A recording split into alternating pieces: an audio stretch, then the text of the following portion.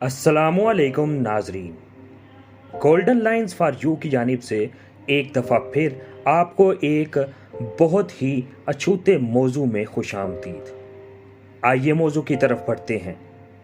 सामईन, जिन्हें आपकी ज़ात से दिलचस्पी नहीं उन्हें तफसीलात मत बताएं, और जो आपको समझते नहीं उन्हें आपका समझाना ज़रूरी भी नहीं। कुछ लोगों के सामने अपना आप खोल कर रखना ऐसा ही है जैसे बीच चौराहे पे खुद को रखकर हर आने जाने वाले राह गुजर के लिए अपनी ज़ात तक पहुंचने का हसूल आसान बना दिया जाए।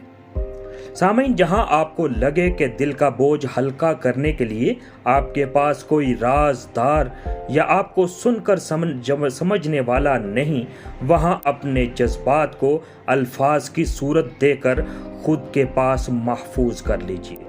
इसके लिए आप डायरी लिखने की आदत डाल लीजिए, लेकिन हर एक के सामने अपनी दिली कैफियत को अय्यां करके उनके लिए खुद को इश्तिहार मत बनाएं। जी हाँ सामईन, क्योंकि कुछ लोग बिल्कुल ऐसे ही होते हैं जैसे दीवार, जहां हम लिखकर अपने कीमती जज्बात के इश्तिहार तो लगा देते, पर लोग वहां उस दीवार के पास आकर कचरा फेंकते और कुछ टाइम बाद वो इश्तिहार दीवार से उतार फेंक कर उसी कचरे खाने की नजर कर देते हैं। तो अब ये आप पे मुनहसिर है कि हर वक्त दूसरों के सामने अपनी मजबूरियों और परेशानियों का तज़किरा करके खुद को कचरे का ढेर बनने के लिए तैयार करें, या फिर अपनी इज्जत नफ्स को कीमती शय समझकर उसे संभाल कर रखें।